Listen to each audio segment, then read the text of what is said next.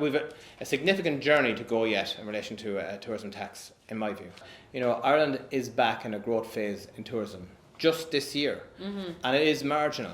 And when you discuss about, I know I worked for maybe over 13 years with SMEs in tax as an accountant and advisory capacity.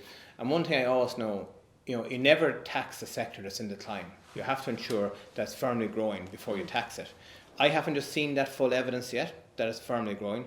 Secondly, as I look at my accommodation strategy, when I want people to invest in hotels across the economy and they're hearing about new taxation measures coming in, that's sending mixed signals to construction that are not helpful, because I want to grow the capacity of hotels in areas right across the country.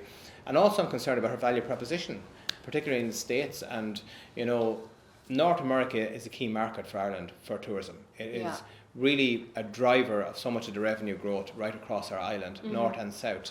And I just think we need to be careful from discussing with our tourism partners on some of the trade missions I've been on.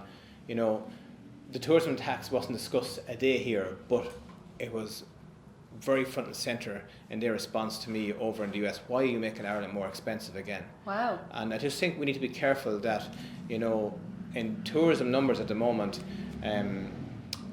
the States is very important, and so are other areas that we're trying to grow with our action plan and market diversification.